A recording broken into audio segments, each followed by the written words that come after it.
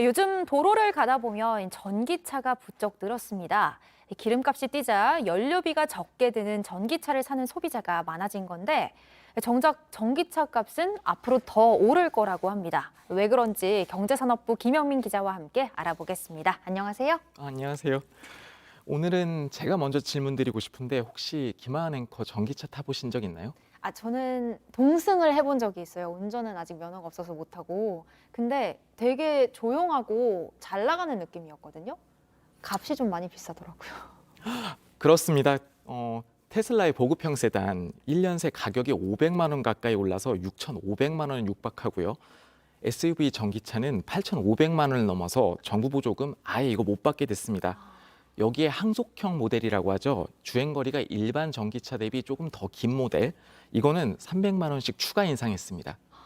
너무 자꾸 가격을 올리는 느낌인데 도대체 왜 그런 건가요? 인터넷에서 횟감도 아닌데 차값을 시가로 매긴다 이런 유머 섞인 비판까지 나오는데요. 자동차 업체는 원가 상승의 압박 때문이라는 입장입니다. 네. 전기차용 배터리는 사실 리튬이온 배터리가 정식 명칭인데 이 리튬 가격이 올해 들어 70% 가까이 뛰었습니다. 또 다른 소재인 니켈도 같은 기간 가격이 58% 올랐고요. 특히 이런 광물들은 중국이나 러시아에서 채굴하는 양이 많은데 그럼 앞으로도 수급 불안정이 지속될 가능성이 크겠죠. 그러니까 결국 배터리 값이 오르면서 차값이 오른다 이런 말씀이시죠? 예, 그렇습니다. 전기차에서 배터리가 차지하는 원가 비중이 30에서 40%인데요. 5,500만 원짜리 전기차라면 배터리 원가가 2천만 원을 조금 넘는다는 얘기입니다. 절반 수준이네요. 네. 국내 배터리 3사죠. LG에너지솔루션, 삼성 SDI, SK온이 이미 원자재 가격을 상당 부분 반영해서 완성차 업체와 물량을 협상 중인 것으로 파악됐습니다. 그럼 자동차 회사들의 입장은 어떤가요? 차값이 마냥 오르면 아무래도 소비자들도 그러니까 많이 사지 않을 것 같거든요. 그게 고민입니다. 그래서 자동차 회사들은 마진을 많이 남기지 않고 팔거나 아예 배터리 원자재를 직접 사서 원가를 절감하는 방안까지 검토하고 있습니다. 올해 출시돼서 지금 정부 보조금을 100%다 받을 목적으로 5천만 원대에 판매하는 전기차도 있고요. 우리나라에선 가격을 동결하고 미국에서만 약간 인상한 사례도 있습니다. 현대자동차도 최근 1분기 컨퍼런스 콜에서 장기적으로 일정 부분 배터리 원자재를 직접 구매하는 방안을 검토하겠다 이렇게 말했습니다. 네. 시장에선 광물 가격이 제자리로 돌아올 가능성이 낮다고 보고 전기차 가격을 내년에도 동결하는 건 불가능 아니겠냐 이렇게 전망하고 있습니다. 내년에는 아무래도 가격이 좀 더 오를 가능성이 큰 거네요. 여기에 정부가 그동안은 전기차 보급 촉진을 하기 위해서 이제 보조금을 지원을 해줬었는데 그것마저도 조금씩 줄이고 있다고요. 네, 전기차는 친환경차로 분류돼 중앙정부와 지자체로부터 보조금 혜택을 받았는데요. 이 때문에 좀 비싼 전기차를 사더라도 보조금을 받으면 외제차 중형 세단과 큰 가격 차이가 안 났어요. 그런데 올해부터 상황이 좀 달라졌습니다.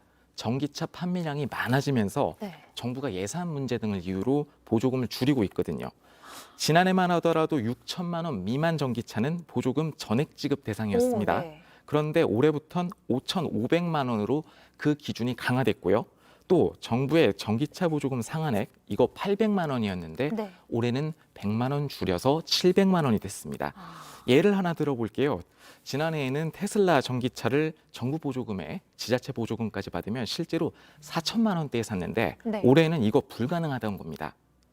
올해는 한 어느 정도의 구매가 가능하죠? 5천만 원 한 중반대 그렇게 보시면 될 것 같아요. 그렇군요. 지금까지 이야기를 종합해 보면 앞으로 전기차를 살 때 우리 입장에서는 부담이 커질 수밖에 없잖아요. 그래도 지금 전기차를 살 만한가요?